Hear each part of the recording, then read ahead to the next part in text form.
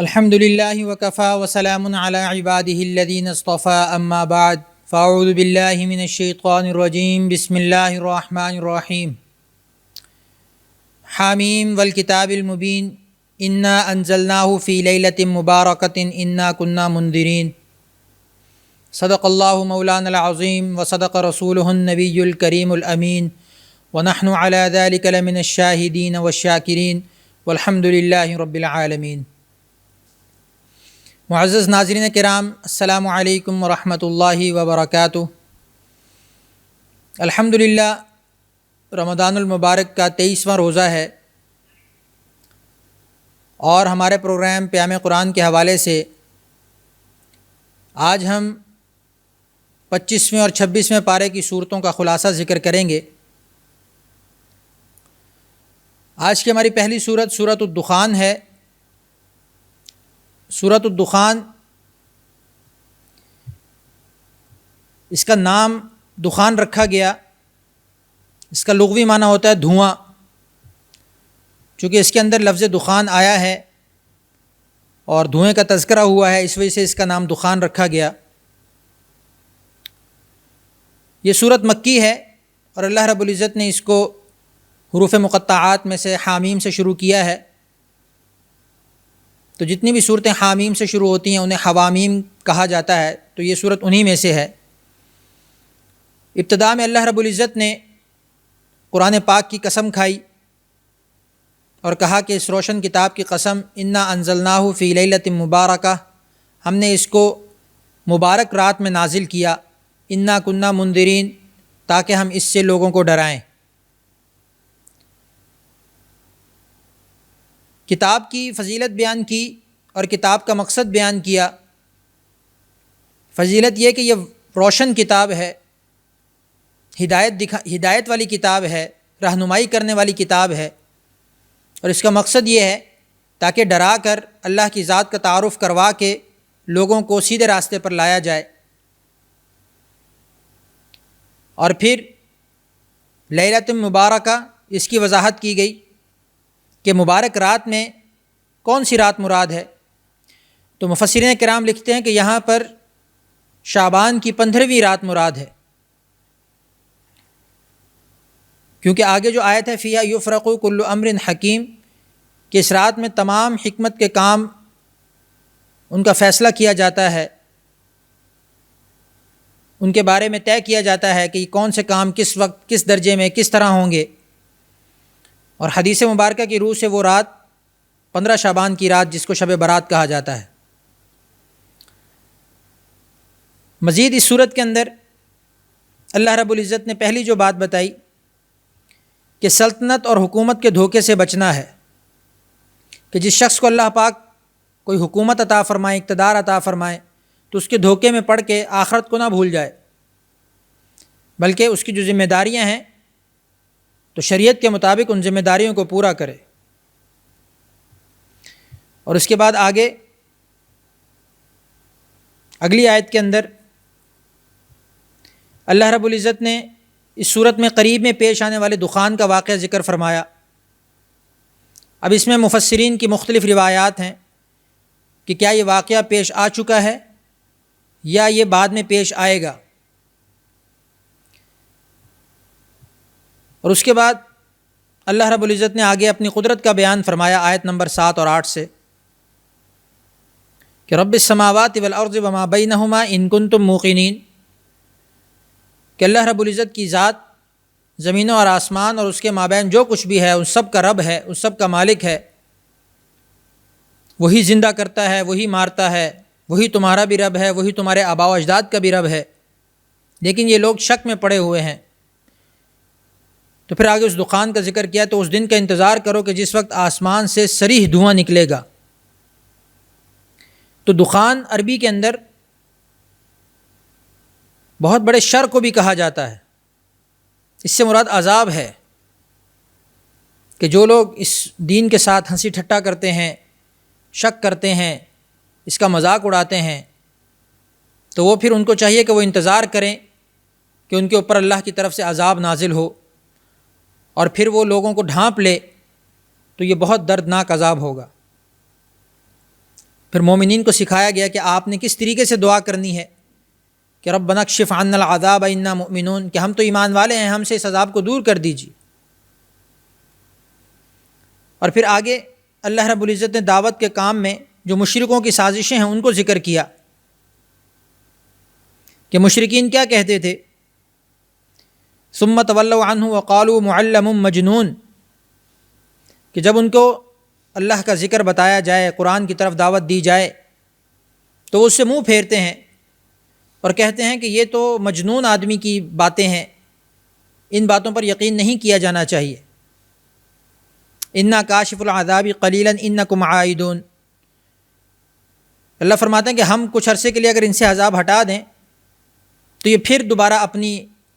خصلت پر لوٹ آتے ہیں، اپنی روش کو دوبارہ اختیار کر لیتے ہیں، تو پھر ایک دن سختی سے پکڑے جائیں گے اور پھر اس دن نہیں چھوٹ پائیں گے۔ اور پھر اسی طرح اللہ رب العزت نے آگے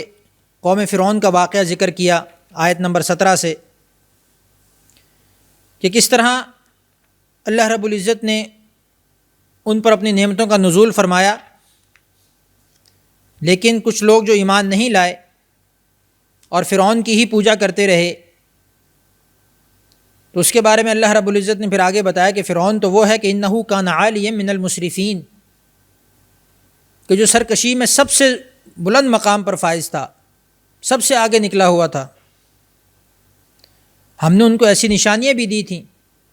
لیکن انہوں نے ان نشانیوں کو تسلیم نہیں کیا، اور وہ بھی اسی بات کے قائل تھے کہ ہم تو صرف ایک دفعہ کی زندگی لے کر آئے ہیں، اس کے بعد کی کوئی زندگی نہیں ہے، وما نحن بمنشرین۔ تو اس کا اللہ رب العزت نے یہاں پر انکار کیا۔ اور پھر آگے متقیوں کا جو جنت میں اجر ہے اس کا ذکر کیا کہ ان المتقین فی مقام امین فی جنات وعیون یلبسون من سندس واستبرق متقابلین، کہ متقین جو ہیں وہ امن کے مقام میں ہوں گے، پرہیزگار لوگ، اللہ سے ڈرنے والے لوگ، خشوع خضوع والے لوگ اللہ کی جانب سے مقام امن میں ہوں گے، یعنی باغوں میں، چشموں میں ریشم اور دبیز لباس پہن کر ایک دوسرے کے سامنے بیٹھے ہوں گے، جس طرح ہم دنیا کے اندر دوست یار بیٹھ کر آپس میں گپ شپ لگاتے ہیں، محفل سجاتے ہیں، خوش ہوتے ہیں، تو یہی محفلیں متقیوں کی جنت میں لگیں گی۔ وَكَذَلِكَ وَزَوَّجْنَاهُمْ بِحُورٍ عِينٍ، کہ طرح طرح کی نعمتیں ان کو جنت کے اندر دی جائیں گی، حوریں عطا کی جائیں گی، کھانے پینے کی بے بہا نعمتیں ان کے سامنے ڈھیر کی جائیں گی۔ یعنی انسان جس نعمت کا تصور کر سکتا ہے، اپنے تصور کے گھوڑے جہاں تک دوڑا سکتا ہے، جس حد تک اس کا تخیل پرواز کر سکتا ہے، وہاں تک وہ کسی بھی چیز کی انتہا کو سوچے، کسی نعمت کی انتہا کو سوچے، تو جنت کی جو نعمتیں ہوں گی وہ اس انتہا سے بھی بڑھ کر ہوں گی، کیونکہ حدیث میں آتا ہے کہ جنت میں وہ نعمتیں دی جائیں گی، اس کا مفہوم یہ ہے کہ جنت میں وہ نعمتیں دی جائیں گی کہ جو نہ کسی انسانی آنکھ نے دیکھی ہوں گی، نہ کسی کانوں نے سنی ہوں گی، اور نہ ہی کسی دل و دماغ پر ان کا خیال گزرا ہوگا۔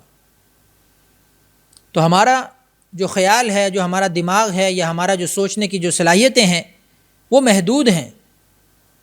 وہ ایک حد سے آگے نہیں جا سکتی۔ تو ہم جتنا بھی سوچ لیں، اپنی تخیل کو جتنا بھی وسیع کر لیں،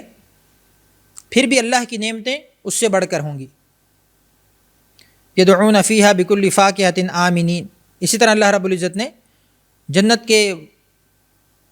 انعامات کو ذکر فرمایا، اور پھر یہ بھی کہا کہ اب وہ دوبارہ نہیں مریں گے، اب کبھی موت کا ذائقہ نہیں چکھیں گے، حشر میں موت کو بھی موت آ جائے گی۔ تو جنت والوں کے لیے اس خوشی سے بڑھ کر کوئی خوشی نہیں ہوگی کہ اب یہ نعمتیں ہمیشہ ہمیشہ کے لیے ان کے پاس رہیں گی۔ اس پر اللہ رب العزت نے پھر اس صورت کا اختتام فرمایا کہ فَإِنَّمَا يَسَّرْنَاهُ بِلِسَانِكَ لَعَلَّهُمْ يَتَذَكَّرُونَ، کہ ہم نے قرآن کو ان کی زبان میں نازل کیا تاکہ یہ لوگ نصیحت پکڑیں۔ تو فَارْتَقِبْ إِنَّهُمْ مُرْتَقِبُونَ، اب تم بھی انتظار کرو اور وہ بھی انتظار کر رہے ہیں کہ ہر ایک کو کب ان کے اعمال کا بدلہ ملتا ہے۔ اس سے آگے سورہ جاسیہ ہے۔ سورہ جاسیہ 25ویں پارے میں شروع ہو رہی ہے۔ اس کا لغوی معنی ہے گھٹنوں کے بل بیٹھنا، سٹنگ آن دا نیز، جیسے ہم گھٹنوں کے بل کسی کے آگے بیٹھتے ہیں، باادب ہو کر بیٹھتے ہیں، جاسیہ کا معنی یہ ہے۔ مکی صورت ہے اور اس صورت کی ابتدا ہو رہی، یہ بھی حوامیم میں سے، حامیم تنزیل الکتاب من اللہ العزیز الحکیم، کہ اللہ رب العزت فرماتے ہیں کہ اس کتاب کا اتارا جانا اللہ غالب اور حکمت والے کی طرف سے ہے۔ اللہ آگے پھر اپنی قدرت کو ذکر فرماتے ہیں کہ ان فی السماوات والارض لآیات للمؤمنین، کہ زمینوں اور آسمانوں میں اللہ رب العزت نے مومنین کے لیے نشانیاں رکھی ہیں، اور تمہاری پیدائش کے اندر بھی، اور تمام چوپایوں اور جانوروں کے جو پوری دنیا کے اندر پھیلاؤ ہے اس کے اندر بھی اللہ رب العزت نے یقین کرنے والوں کے لیے نشانیاں رکھی ہیں، رات اور دن کے بدلنے میں، اور آسمان سے پانی کے برسنے میں، اور اس پانی کے ذریعے سے اللہ رب العزت کس طرح بنجر زمین کو دوبارہ زندہ فرماتے ہیں۔ ان سب کے اندر اللہ رب العزت فرماتے ہیں کہ میری نشانیاں ہیں۔ جیسا کہ کہا جاتا ہے کہ اگر کوئی بھی پیغمبر نہ آتا تب بھی انسان پر یہ لازم تھا کہ وہ اللہ کی ان تمام قدرتوں کو دیکھ کر ان تمام قدرتوں کے پیچھے کسی ذات پر ایمان لے آئے، اور وہ اللہ کی ذات ہے۔ تو اللہ رب العزت جا بجا اپنی نشانیوں کو ذکر فرماتے ہیں کہ اگر کوئی شخص اللہ کی ذات پر ایمان نہیں لاتا، اللہ کی ذات کو نہیں پہچان پاتا، اس کو اس بات کا یقین نہیں ہے کہ کوئی ذات ایسی ہے، تو اس کو چاہیے کہ وہ ان تمام نشانیوں پر غور کرے، اپنے آپ کی تخلیق میں غور کرے، دن اور رات کے بدلنے میں، اور یہ پورا نظام جو دنیا کا چل رہا ہے اس میں غور کرے، اور پھر سوچے کہ اس نظام کو چلانے والی کون سی ذات ہے، کہ جب آخر ایک چھوٹی سی چیز بھی بغیر کسی چلانے والے کے نہیں چل پاتی تو اتنا بڑا نظام کیسے چل سکتا ہے؟ کوئی نہ کوئی ذات اس کے پیچھے ضرور ہے۔ تو ذات کی پہچان اور تعارف یہ ہر انسان پر لازم ہے، تو اللہ رب العزت انہی نشانیوں کے ذریعے اپنا تعارف کرواتے ہیں۔ اور پھر آگے اللہ رب العزت نے اس صورت کے اندر تکبر کی خطرناکی کو بیان فرمایا کہ کوئی بھی انسان تکبر نہ کرے، انسان اپنی حقیقت کو پہچانے، عاجزی اختیار کرے، یہ انسان کے اوپر لازم ہے۔ تکبر سے بچے، اور تکبر بہت سی قسم کا ہوتا ہے، کبھی انسان کو اپنی ذات کا تکبر ہوتا ہے، کبھی اس کو اپنے عہدے کا تکبر ہوتا ہے، کبھی اس کو اپنے مال و دولت کا تکبر ہوتا ہے،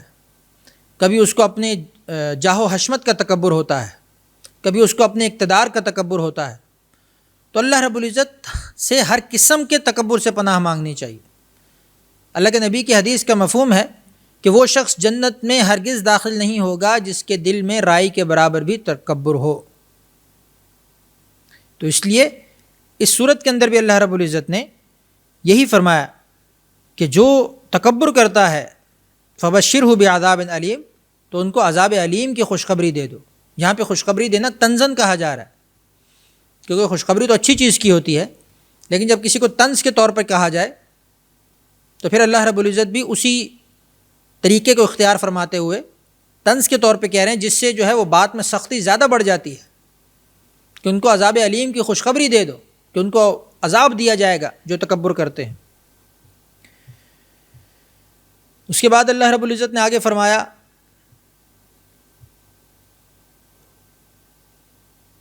کہ جب یہود نے کفار قریش کی مدد کی اور مسلمانوں کے خلاف یہ دونوں گروہ اکٹھے ہو گئے، تو انہیں بھی پھر ان کا سبق یاد دلایا گیا کہ تمہارے ساتھ کیا ہوا تھا، تو قریش کے ساتھ بھی وہی ہوگا اگر وہ یہود کی روش اختیار کریں گے۔ تو شروع میں جو ہم نے ذکر کیا کہ سورہ جاسیہ کے اندر اللہ رب العزت نے اپنی وحدانیت کو 6 دلائل کے ساتھ بیان کیا۔ ایک تو آسمان و زمین کی تخلیق، انسانوں کی تخلیق، جانوروں کی تخلیق، دن اور رات کی گردش، آسمان سے پانی کا اترنا اور اس کے ذریعے سے بنجر زمین کو دوبارہ زندہ کرنا، اور ہواؤں کا چلنا اور اس کے نظام کو چلانا، یہ وہ اللہ کی قدرتیں ہیں کہ جن کے ذریعے سے اللہ رب العزت اپنی وحدانیت کو ثابت کرتے ہیں۔ اور پھر بنی اسرائیل پر اللہ کی نعمتوں کا تذکرہ ہوا کہ اللہ رب العزت کی لاڈلی قوم تھی، تو اللہ رب العزت نے ان کو بے پناہ نعمتوں سے نوازا، لیکن جب اس کے بعد انہوں نے سرکشی اختیار کی اور اللہ کی بات کو نہیں مانا، تو پھر اللہ تعالیٰ نے ان کو مختلف عذابات سے بھی گزارا۔ تو ہمارے قرآن میں ان کا تذکرہ بار بار کرنے کا مقصد یہی ہے کہ ہم اپنے آپ کو ان کے پیرائے میں دیکھنے کی کوشش کریں کہ ہم پر اللہ رب العزت کی روزانہ کتنی نعمتیں نازل ہوتی ہیں، اللہ رب العزت ہم پر کتنا انعام اور فضل فرماتے ہیں۔ ہم اپنے اوپر غور کریں، اپنی تخلیق میں غور کریں، اپنے جسمانی نظام میں غور کریں، اپنی زندگی گزارنے کے 24 گھنٹوں کے اندر غور کریں کہ ہم اللہ رب العزت کی کتنی نعمتوں سے فائدہ اٹھاتے ہیں، لیکن اس کے بدلے میں ہماری طرف سے اللہ کے لیے کیا ہوتا ہے۔ تو اگر یہی روش چلتی رہی تو اللہ رب العزت کی سنت بھی وہی ہے کہ جو سرکشی کرے گا اس پر اللہ کا عذاب آئے گا۔ تو ہم پر اگرچہ وہ اجتماعی عذاب تو نہیں آئے گا نبی علیہ الصلوۃ والسلام کی دعا کی برکت سے، لیکن کیا اس کے علاوہ ہم بہت سے عذاب نہیں بھگت رہے؟ ہم بحیثیت قوم یا بحیثیت فرد اپنی اپنی جگہ پر کسی نہ کسی آزمائش اور مشکل میں گرفتار ہیں۔ کوئی نہ کوئی ناجائز مشکل بھی ہمارے اوپر آ جاتی ہے جس کی ہمیں سمجھ نہیں آتی کہ یہ کہاں سے آئی ہے، اس کے تو ہم حقدار نہیں تھے، یہ تو ہماری نہیں ہے، لیکن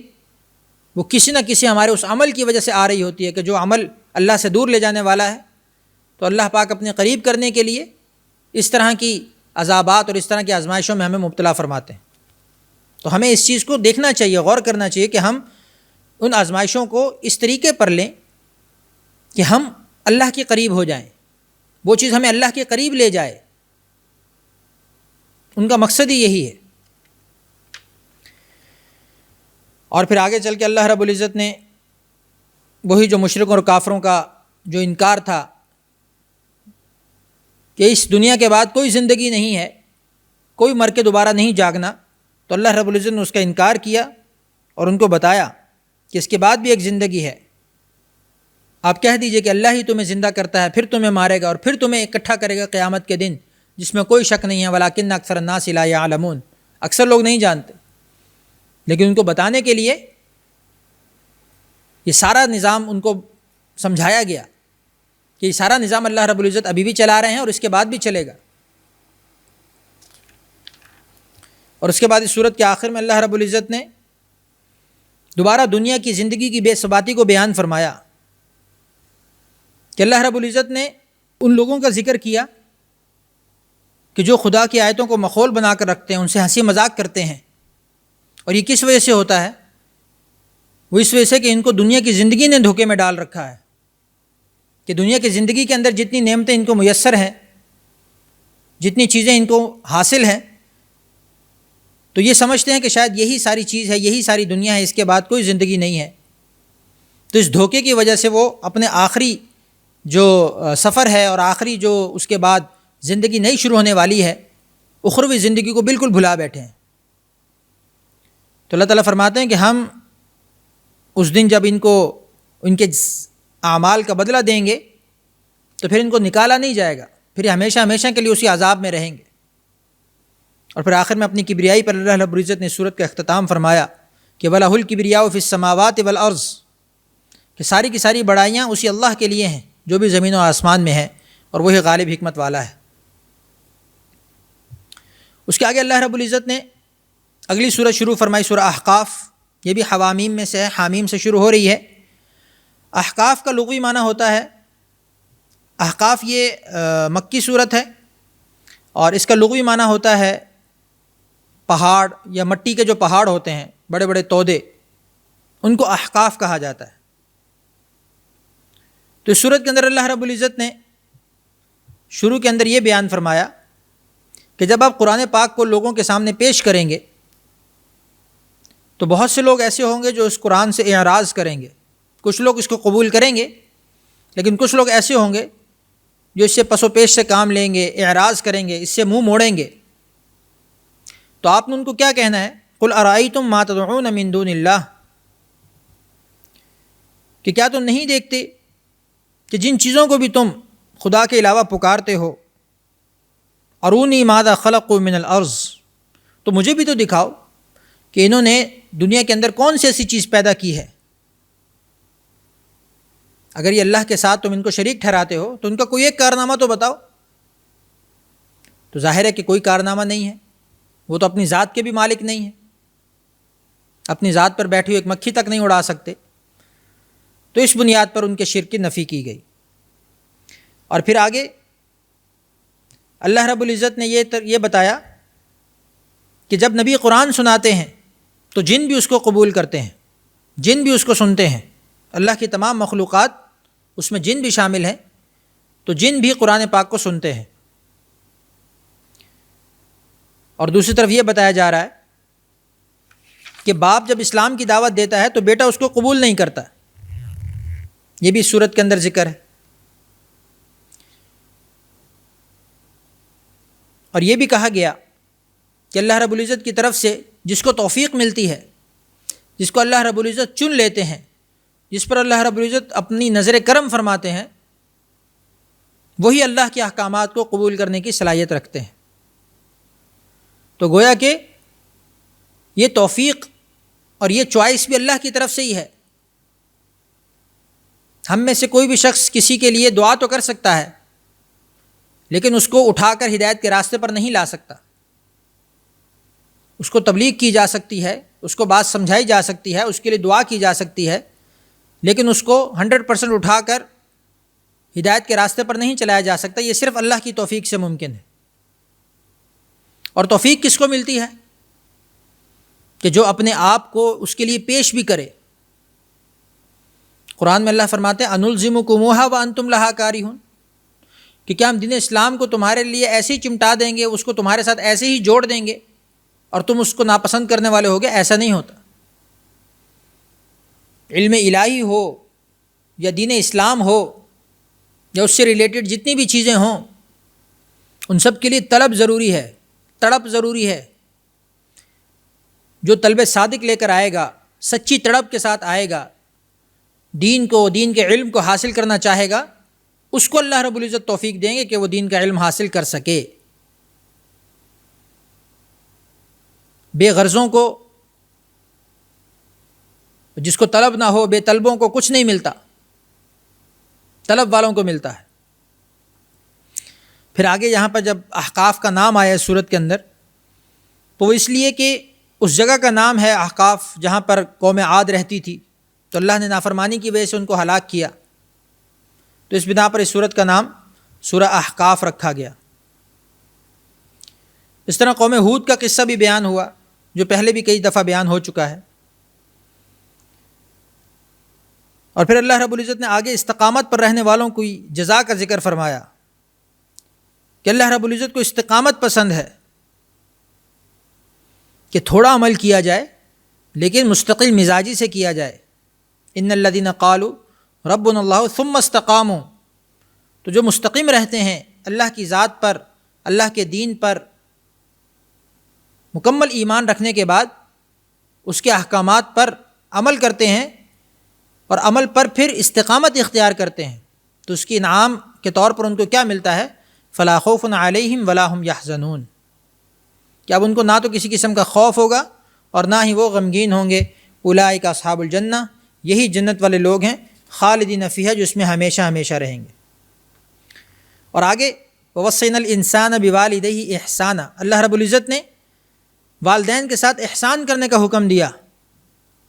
اور والدین کے احسان کو جتلایا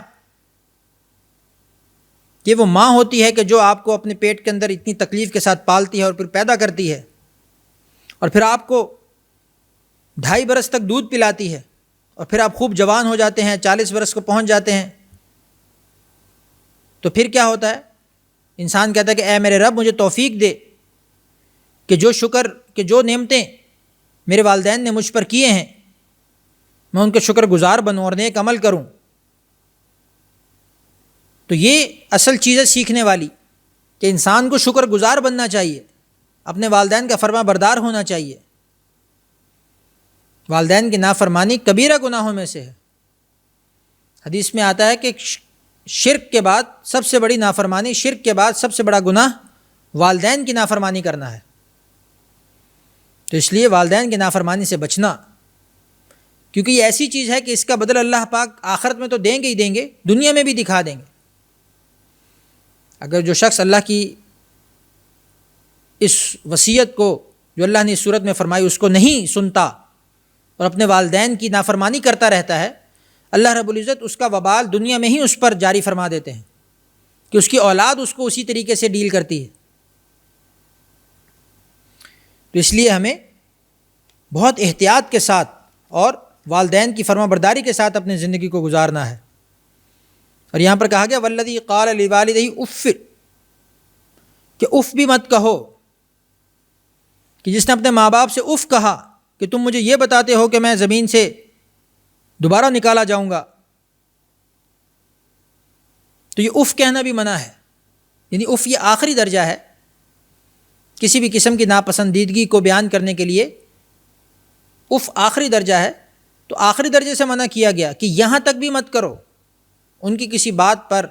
ان کے کسی حکم پر، ان کے کسی عمل پر تم اس طرح کی ذرا سی بھی ناپسندیدگی کا اظہار بھی مت کرو، چہ جائے کہ تم آگے بڑھ کر ان سے بدتمیزی کرو یا ان کے ساتھ مار پیٹ کرو خدا نخواستہ. تو یہ تمام چیزوں سے منع کیا گیا. اور پھر آگے جنوں کا واقعہ ذکر ہوا کہ جن بھی اللہ رب العزت کے اس کلام پر ایمان لے کر آئے. اس کے بعد اگلی سورت سورہ محمد ہے. نبی کریم صلی اللہ علیہ وسلم کے نام پر یہ سورت رکھی گئی، کیونکہ سورت کے اندر سب سے پہلے تو یہ بتایا گیا کہ اتباع رسول ہی قبولیت اعمال کا ذریعہ ہے. اس سورت کا سارا خلاصہ یہی ہے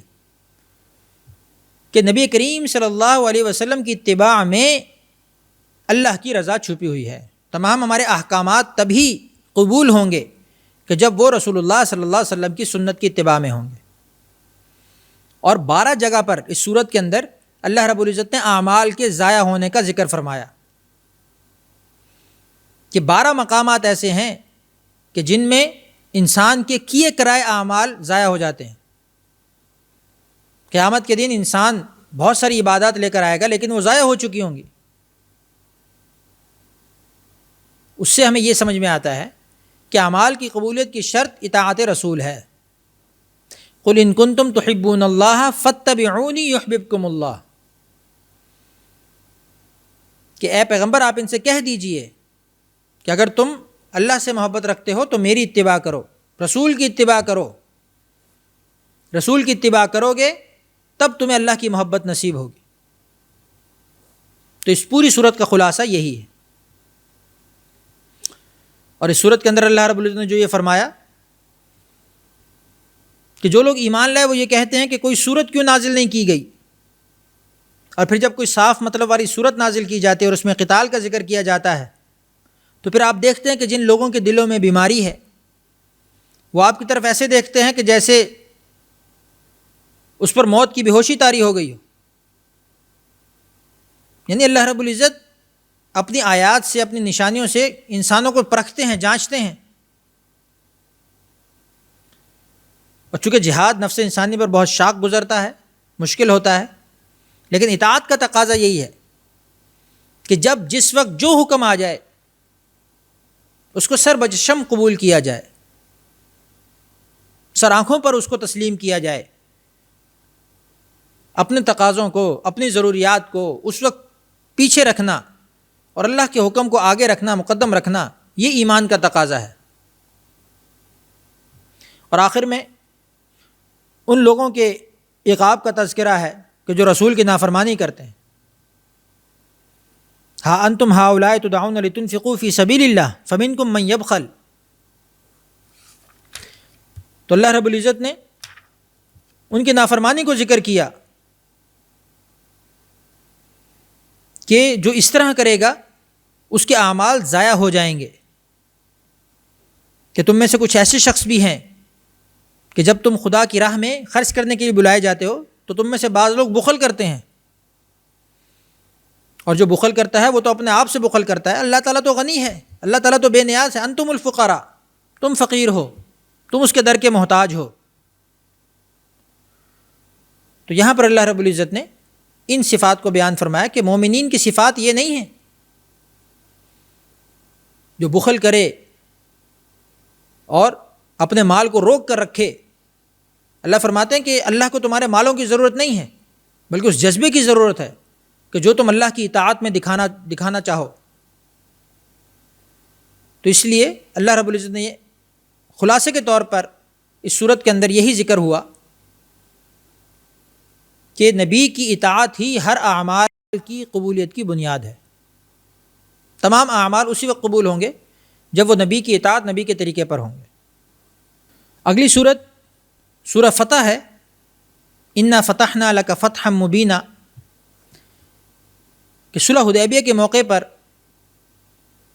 جب مسلمانوں نے کفار سے معاہدہ کیا کہ وہ اس سال واپس چلے جائیں گے اور عمرہ نہیں کر پائیں گے، بیت اللہ کی زیارت نہیں کر پائیں گے، تو ظاہری اسباب کے طور پہ، ابتدائی طور پر مسلمانوں کو یہ لگا کہ شاید ہم شکست کھا گئے، کیونکہ جو معاہدہ ہوا تھا وہ سارے کا سارا کفار کی شرطوں کی بنیاد پر ہوا. جیسے جیسے کفار نے جو جو کہا وہ مسلمانوں کی طرف سے مان لیا گیا. تو ظاہری طور پہ مسلمانوں کو یہ لگا کہ شاید ہمیں شکست ہو گئی، اور ساری باتیں تو ان کی مان لی گئی، ہماری تو کوئی بھی نہیں چلی، ہم تو رستے سے واپس آ گئے. لیکن اللہ رب العزت نے فرمایا کہ اس میں حقیقت میں بڑی کامیابی ہے، کیونکہ یہی صلح حدیبیہ کا واقعہ آگے چل کر فتح مکہ کی بنیاد بنا، کہ جب کفار کی طرف سے اس صلح نامے کی خلاف ورزی ہوئی تو پھر خود بخود مسلمانوں کے لیے راستہ کھل گیا کہ وہ اب مکہ کی طرف پیش قدمی کریں، اور پھر اس کے ذریعے اللہ رب العزت نے مسلمانوں کو ان کا قبلہ واپس دلوایا، مکہ واپس دلوایا. تو یہ حقیقت میں فتح کی بنیاد تھی، جس کو اس وقت مسلمان نہیں دیکھ پا رہے تھے، لیکن اللہ کو تو پتہ تھا. تو اس پر یہ صورت نازل ہوئی کہ انا فتحنا لک فتحا مبینا، کہ ہم نے آپ کو واضح فتح دی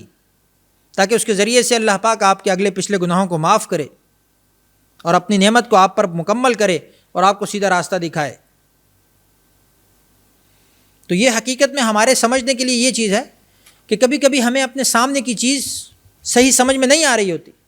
اللہ کے کچھ اقدامات ہمیں اس وقت سمجھ میں نہیں آتے، لیکن بطور مومن ہمارا کام کیا ہونا چاہیے، ہماری اپروچ کیا ہونی چاہیے؟ صبر، کہ جو اللہ نے کیا ہے ٹھیک کیا ہے، کیونکہ اللہ کبھی بھی اپنے بندے کا برا نہیں چاہتا.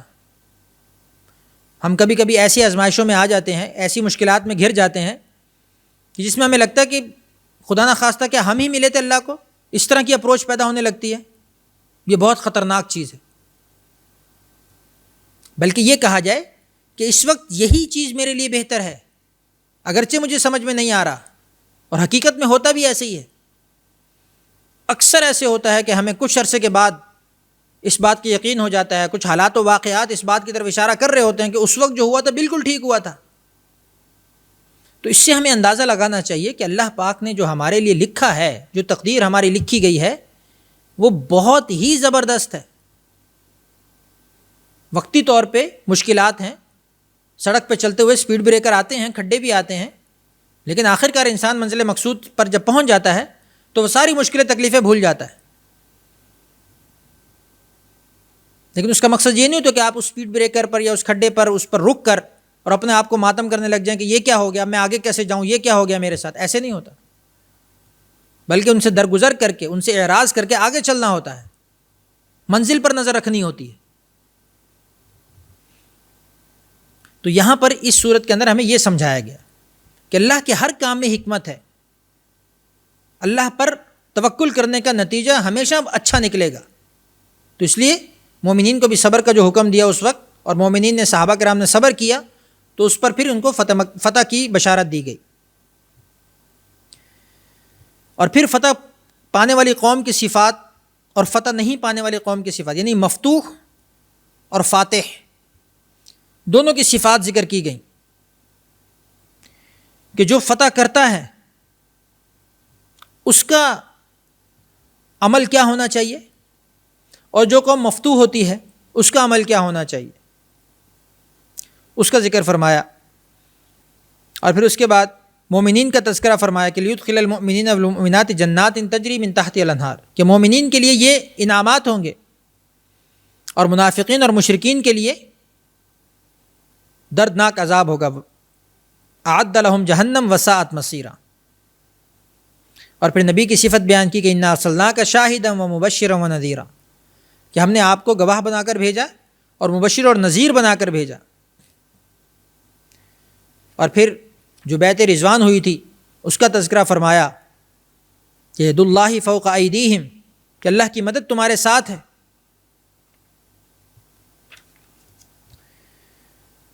اور آگے چل کے اللہ رب العزت نے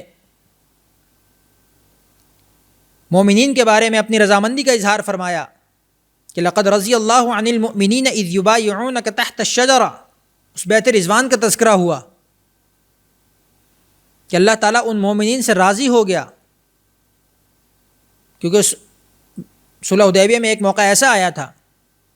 کہ جب مومنین کی طرف سے حضرت عثمان غنی رضی اللہ تعالیٰ عنہ کو سفیر بنا کر قریش کی طرف بھیجا گیا، تو وہاں پر قریش نے ان کو کسی وجہ سے روک لیا اور یہ افواہ اڑ گئی کہ حضرت عثمان رضی اللہ تعالیٰ عنہ کو شہید کر دیا گیا ہے۔ تو عرب کے اندر یہ دستور تھا، بلکہ آج تک بھی ہے، کہ کسی بھی ملک کے سفیر کو کچھ نہیں کہا جاتا، چاہے ملکوں کے درمیان میں کوئی بھی جنگ لڑی جا رہی ہو، لیکن جو دونوں ملکوں کے قاصد ہوتے ہیں، سفیر ہوتے ہیں، ان کو کچھ نہیں کہا جاتا۔ لیکن جب یہاں پر یہ خبر اڑی تو مسلمان بہت مشتعل ہوئے اور انہوں نے کہا کہ اب ہم لازمی حضرت عثمان کا بدلہ لیں گے، اور اسی بات پر آپ علیہ الصلوۃ والسلام کے ہاتھ پر بیعت کی۔ لیکن بعد میں پتہ چلا کہ یہ خبر جھوٹی تھی، تو اللہ رب العزت نے پھر مومنین کو تسلی دی۔ اور دوسری طرف حضرت عثمان رضی اللہ تعالیٰ عنہ کو کافروں کی طرف سے یہ آفر کی گئی کہ آپ آ گئے ہیں، آپ ہمارے لیے محترم ہیں، قابل احترام ہیں، ہم آپ کی جماعت کی طرف سے جو آپ پیغام لائے ہیں اس کو تو ہم پورا نہیں کر سکتے، لیکن ہم آپ کو اجازت دے سکتے ہیں کہ آپ آ جائیں اور آپ طواف کر لیں، عمرہ کر لیں، جو آپ کا دل کرے کر لیں اور پھر چلے جائیں۔ لیکن حضرت عثمان رضی اللہ تعالیٰ عنہ اس قدر عشق رسول اللہ صلی اللہ علیہ وسلم میں ڈوبے ہوئے تھے کہ انہوں نے کہا کہ اگر میرے حبیب کو اجازت نہیں ملی، اگر میرے دوسرے رفقا کو اجازت نہیں ملی، تو میں اکیلا کیسے کر سکتا ہوں؟ اور وہ پھر واپس آ گئے۔ تو اس واقعے کی طرف اس صورت کے اندر اشارہ کیا گیا اور ذکر کیا گیا۔ اور پھر اس صورت کے آخر میں اللہ رب العزت نے لقد صدق اللہ رسولہ الرؤیا بالحق، کہ اپنے رسول کو جو خواب دکھایا اس کی سچائی کی طرف اشارہ کیا کہ اللہ رب العزت نے اپنے رسول کو سچا خواب دکھایا کہ ان قریب آپ کو مسجد حرام میں داخل فرمائیں گے۔ تو جو خواب دیکھا تھا آپ علیہ الصلوۃ والسلام نے، تو اس کی سچائی پھر فتح مکہ کے موقع پر نظر آئی، اس کی تعبیر بنی۔ اور پھر ان کی صفات کیا تھیں کہ کس حالت میں وہ داخل ہوں گے؟ محلقین رؤوسکم ومقصرین لا تخافون، کہ عاجزی کے ساتھ داخل ہوں گے اور کسی قسم کا خوف نہیں ہوگا۔ اور پھر آخری آیت کے اندر محمد الرسول اللہ والذین معہ اشداء علی الکفار رحماء بینہم، صحابہ کرام کی صفات ذکر فرمائیں کہ اے اللہ کے رسول، جو لوگ آپ کے ساتھ موجود ہیں ان میں سے کچھ جو ہیں وہ کفار پر بہت شدید ہیں، سخت ہیں، اور کچھ آپس میں رحم دل ہیں۔ تراہم رکعا سجدا، کہ جو صحابہ کرام ہیں یہ کفار پر جب کفار کے مقابلے میں جب آتے ہیں تو بہت شدید ہوتے ہیں، یعنی اسلام کے دشمنوں کے بارے میں ان کا نظریہ اور ان کا طرز عمل بہت شدید اور سخت ہوتا ہے، لیکن رحماء بینہم، آپس میں یہ لوگ بہت ہی محبت اور پیار کے ساتھ رہتے ہیں، نرمی کے ساتھ رہتے ہیں۔ تو یہی طرز عمل ہر مومن کا ہونا چاہیے کہ جہاں اللہ رب العزت کی نافرمانی کی بات ہو، جہاں اللہ رب العزت کے احکامات کو توڑنے کی بات ہو، جہاں جو ہے وہ اللہ کے نافرمانوں کی بات ہو، وہاں پر اپنا مزاج سخت رکھا جائے، ان کے ساتھ اپنا مزاج ایک سختی کے ساتھ ان کے ساتھ پیش آیا جائے، لیکن جہاں پر آپس مسلمانوں کی بات ہے، مومنوں کی بات ہے، وہاں پر نرمی کو اختیار کیا جائے۔ تو یہ صحابہ کرام کی صفات کو بیان کرنے کا مقصد یہ ہے کہ ہم تمام ان صفات کو اختیار کرنے والے بنیں۔ اور آخر میں اللہ رب العزت نے مومنین اور نیک اعمال کرنے والوں کے لیے مغفرت اور اجر عظیم کا وعدہ کیا۔ تو اللہ رب العزت سے دعا ہے کہ رمضان المبارک کے اس آخری عشرے کے صدقے ہم سب کو ان تمام اعمال کو اختیار کرنے کی توفیق عطا فرمائے۔ وآخر دعوانا ان الحمدللہ رب العالمین۔